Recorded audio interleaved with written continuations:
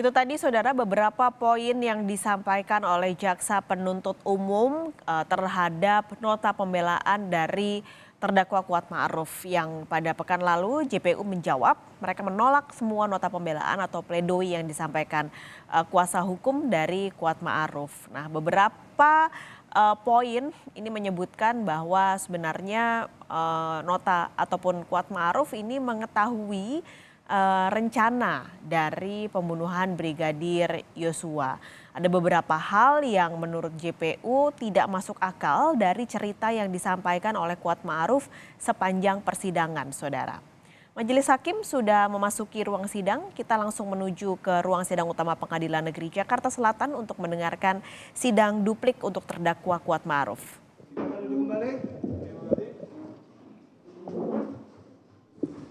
Sidang perkara nomor 800 atas nama terdakwa Kuat Ma'ruf dinyatakan dibuka dan terbuka untuk umum. Baik, hari ini adalah agenda sidangnya mendengarkan duplik dari penasihat hukum terdakwa atas replik dari penuntut umum. Sudah siap penasihat hukum? Sudah siap, Yang Mulia. Terdakwa Kuat Ma'ruf sehat hari ini? Sehat, Yang Mulia. Baik. Baik, silakan. Baik, terima kasih Yang Mulia. Yang Mulia Majelis Hakim, Saudara Jaksa Penuntut Umum, duplik kali ini atas nama terdakwa Kuat Ma'ruf kami pilih judul Kein Straf zonder Schuld, tiada pidana tanpa kesalahan. Duplik atas replik penuntut umum tanggal 31 Januari 2023 di Pengadilan Negeri Jakarta Selatan. Majelis Hakim yang mulia, Saudara penuntut umum, serta pengunjung sidang yang kami muliakan. Puji syukur kehadirat Allah Subhanahu wa Ta'ala yang telah memberikan berkah dan rahmat yang tak terhingga dan tiada putus-putusnya kepada kita semua. Selanjutnya, kami tim penasihat hukum terdakwa Kuat Ma'ruf menyampaikan ucapan terima kasih kepada Majelis Hakim yang telah memberikan kesempatan kepada tim penasihat hukum untuk mengajukan duplik atas replik dari penuntut umum. Bahwa ucapan terima kasih juga tak lupa kami sampaikan kepada penuntut umum yang telah bekerja secara profesional selama proses persidangan perkara ini dan dengan keras mempertahankan dakwaan dan tuntutannya melalui replik yang telah dibacakan pada sidang sebelumnya. Bahwa walaupun dalam beberapa hal terdapat perbedaan pendapat dan penilaian terkait dengan fakta persidangan, hal ini adalah sesuatu yang wajar mengingat posisi kami selaku penasihat hukum dan posisi penuntut umum. Namun hal ini dalam rangka mencari kebenaran material dengan tetap memperhatikan koridor yang diatur dalam Kitab Undang-Undang Hukum Acara Pidana. Untuk itu, perkenankan kami tim penasihat hukum terdakwa Kuat Ma'ruf untuk mengajukan tanggapan atas replik penuntut umum yang telah diajukan dalam persidangan di Pengadilan Negeri Jakarta Selatan pada hari Jumat tanggal 27 Januari 2023. Bahwa setelah tim penasihat hukum mempelajari dan menganalisa secara seksama seluruh dalil penuntut umum dalam repliknya, sesungguhnya semakin menunjukkan keyakinan kami bahwa penuntut umum tidak mampu membuktikan dengan fakta hukum dan alat bukti yang terungkap dalam persidangan mengenai keterlibatan dan peran terdakwa dalam peristiwa penembakan korban di rumah Duren 346 sejak keberangkatan terdakwa dari Magelang menuju Rumah Saguling dan dari Rumah Saguling menuju rumah Duren 346 hingga terjadinya peristiwa penembakan. Bahwa seluruh dalil penuntut umum hanya berdasarkan asumsi, indikasi tidak berdasar dan imajinatif penuntut umum yang sangat disayangkan digunakan oleh penuntut umum dalam menentukan nasib terdakwa dalam perkara akuo. Memperhatikan replik penuntut umum yang tidak beranjak dari pendiriannya dalam surat dakwaan dan tuntutannya, serta tidak mau mencermati dan memahami fakta dari hasil persidangan dan pemeriksaan saksi-saksi di bawah sumpah yang menjadi fakta hukum dalam perkara ini. Bahwa sikap yang demikian tentunya sangat disesalkan, karena ternyata apa yang telah dituangkan dalam perkara itu juga lah yang menjadi rujukan dasar tuntutan dan dakwaan perkara ini, yang dipertahankan secara kukuh di muka persidangan yang terbuka untuk umum ini. Bahwa tentu terdapat suasana yang berbeda di antara pemeriksaan di muka atau tepatnya di ruang penyidik dengan pemeriksaan di muka persidangan pengadilan, karena pemeriksaan di muka persidangan pengadilan ini sifatnya terbuka untuk umum dan diliput secara luas oleh media massa dan siapapun dapat mengikutinya. Sedangkan pemeriksaan di muka penyidik adalah pemeriksaan yang sangat tertutup di mana hanya orang-orang tertentu yang bisa menyaksikan, termasuk tim penasihat hukum yang juga hanya bersifat pasif sebagai pendengar. Keterangan yang diberikan di muka penyidik umumnya lebih bersifat tekanan mental dan menggiring saksi dan tersangka ke suatu arah yang dikehendaki oleh penyidik. Sementara keterangan di muka persidangan pengadilan lebih komprehensif dan bebas dari perasaan tertekan sehingga lebih objektif dan dengan mudah ditelaah mana kesaksian yang kredibel dan mana yang tidak, termasuk apakah saksi dan alat bukti itu cukup menurut KUHP yang mensyaratkan adanya minimal 2 alat bukti dan atau keterangan saksi yang bersesuaian dan saling mendukung. Bahwa oleh karenanya pada kesempatan di muka persidangan pengadilanlah harapan satu-satunya bagi terdakwa untuk mendapatkan kesempatan yang luas tanpa adanya tekanan demi keadilan bagi dirinya, karena terbukti bahwa fakta persidangan telah mengungkap dan menyingkap dengan sangat terang peran masing-masing saksi maupun terdakwa yang sama sekali tidak membuktikan perbuatan-perbuatan yang didakwakan oleh penuntut umum kepada terdakwa Kuat Ma'ruf. Lalu, yang menjadi pertanyaan bagi kita semua, fakta hukum dari mana yang diyakini oleh penuntut umum yang dianggap benar dan meyakinkan bahwa perbuatan terdakwa Kuat Ma'ruf terbukti? Wallahu a'lam bishawab. Dilanjutkan.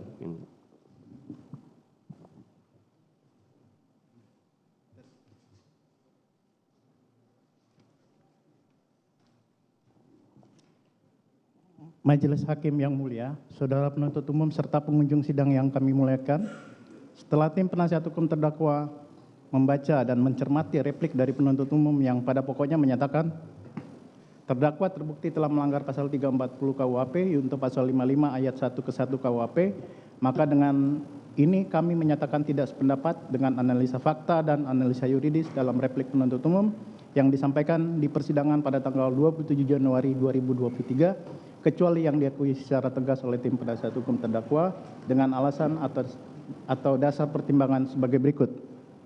Bantahan atas analisa fakta dalam replik penuntut umum.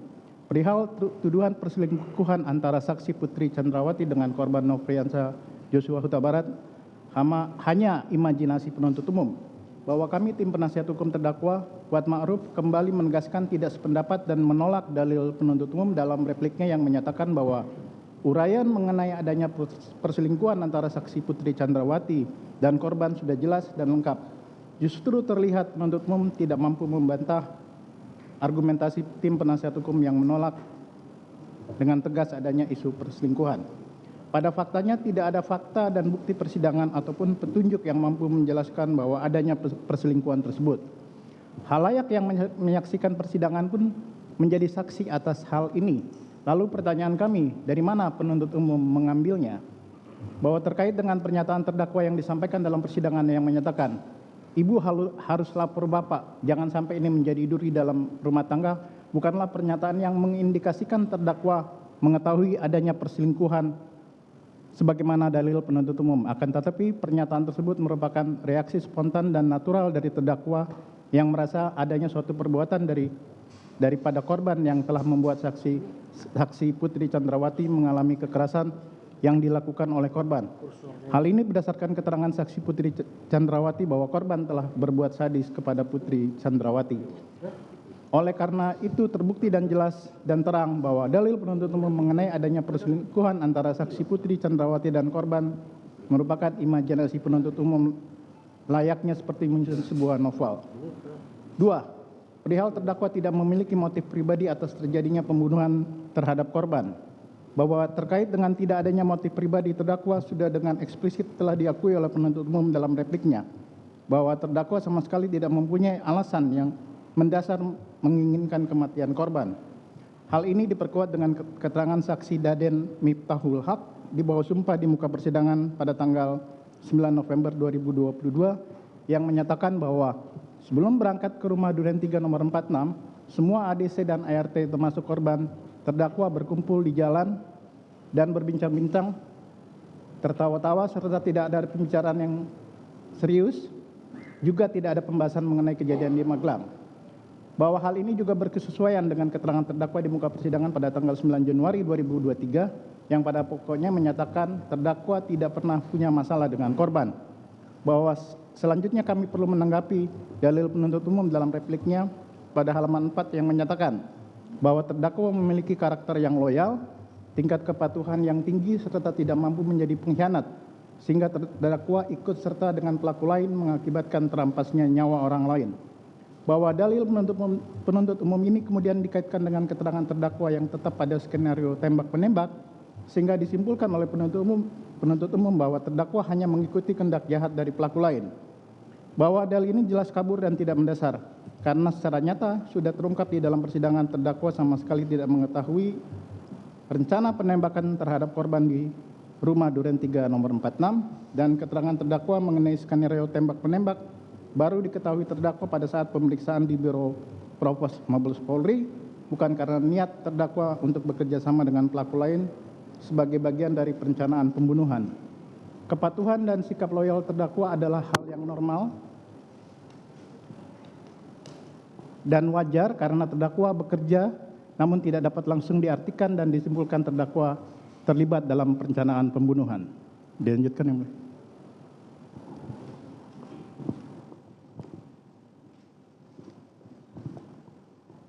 Majelis Hakim yang mulia, saudara penuntut umum yang kami hormati, pengunjung sidang yang terhormat. 3. Terdakwa Kuat Ma'ruf tidak mengetahui adanya pengamanan senjata milik korban Nofriansah Yosua Huta Barat yang dilakukan oleh saksi Riki Rizal Wibowo. Bahwa terkait dengan tidak didalilkan oleh penuntut umum perihal pengamanan senjata yang dilakukan saksi Riki Rizal Wibowo yang tidak diketahui oleh terdakwa, perlu kami tegaskan. Hal ini untuk memberikan gambaran dan atau bantahan dakwaan penuntut umum yang menegaskan bahwa terdakwa mengetahui akan adanya peristiwa yang akan terjadi di rumah Duren 3 nomor 46. Karena terbukti di persidangan, terdakwa sama sekali tidak mengetahui sejak awal akan adanya peristiwa yang akan terjadi di rumah Duren 3 nomor 46. Hal tersebut berkesesuaian dengan keterangan saksi Richard Eliezer Pudiang Lumiu dalam persidangan di bawah sumpah tanggal 30 November 2022 yang menyatakan bahwa saat piket, selain senjata tersebut ada senjata laras panjang dan Sayer MCS yang menempel di mobil saksi Ferdi Sambo, sedangkan senjata laras panjang Steyr menempel di mobil saksi Putri Chandrawati. Saksi tidak mengetahui apabila ada peraturan jika di mobil pejabat harus ada senjata laras panjang, namun sepengetahuan saksi memang seperti itu. Hal tersebut juga bersesuaian dengan keterangan saksi Azan Romer dalam persidangan di bawah sumpah pada tanggal 9 November 2022 yang menyatakan bahwa selain senjata yang standby di tubuh masing-masing ajudan, ajudan tidak memegang senjata laras pendek lainnya, kecuali senjata laras panjang yang disediakan di mobil, bahwa penggunaan senjata laras panjang menjadi tanggung jawab ajudan yang sedang bertugas atau piket. Dan siapapun yang naik piket, ajudan dan ADC akan menempatkan senjata Steyr AUK di bawah kursi di samping pengemudi. Oleh karenanya, keliru jika penuntut umum menyebut bahwa Steyr AUK adalah milik korban. Sebagai seorang sipil, supir yang merangkap sebagai asisten rumah tangga, terdakwa tidak mengetahui prosedur ini dan tidak tahu menahu mengenai penempatan senjata dan lainnya. Bahwa terdakwa baru mengetahui keberadaan senjata Steyr AUK pada saat di rest area, ketika posisi terdakwa digantikan oleh saksi Richard Eliezer Pudiang Lumiu sebagai pengemudi, dan bukan berarti terdakwa sejak awal mengetahui adanya pengamanan senjata tersebut. 4. Terdakwa Kuat Ma'ruf tidak pernah berkomunikasi dengan saksi Ferdi Sambo selama berada di Magelang dan dalam perjalanan dari Magelang menuju Jakarta hingga ke rumah Saguling. Bahwa dalil penuntut umum yang menghubungkan komunikasi antara saksi Ferdi Sambo dan saksi Putri Chandrawati pada dini hari tanggal 8 Juli 2022 dengan turut sertanya terdakwa berangkat dari Magelang ke Jakarta,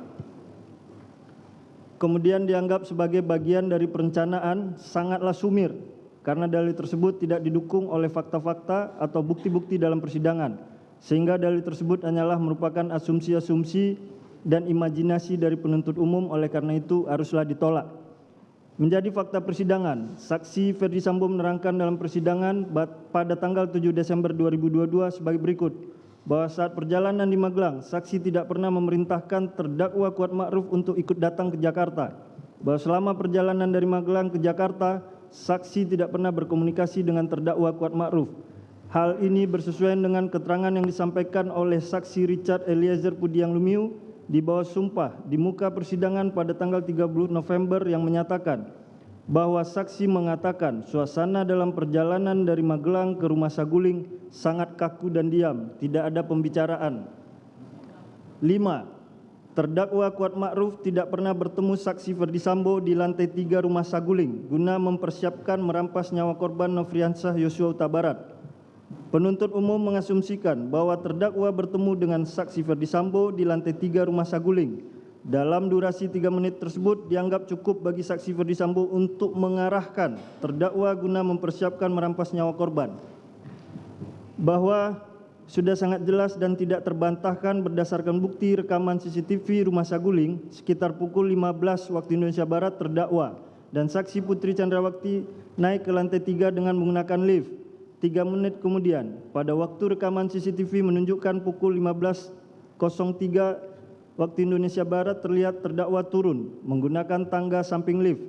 Sehingga berdasarkan interval waktu rekaman CCTV tersebut jelas menunjukkan bahwa waktu 3 menit hanya dapat digunakan untuk perjalanan terdakwa dari lantai 1 menuju lantai 3 dan dari lantai 3 menuju lantai 1. Bagaimana mungkin dalam interval waktu kurang lebih 3 menit itu, sejatinya waktu tersebut habis dipakai untuk naik turun tangga tanpa alat bukti yang cukup membuktikan terdakwa mengetahui perencanaan dari saksi Ferdi Sambo. Sedangkan fakta lain terungkap, saksi Ferdi Sambo baru mengetahui peristiwa yang sebenarnya yang dialami oleh saksi Putri Chandrawati setelah saksi Putri Chandrawati bercerita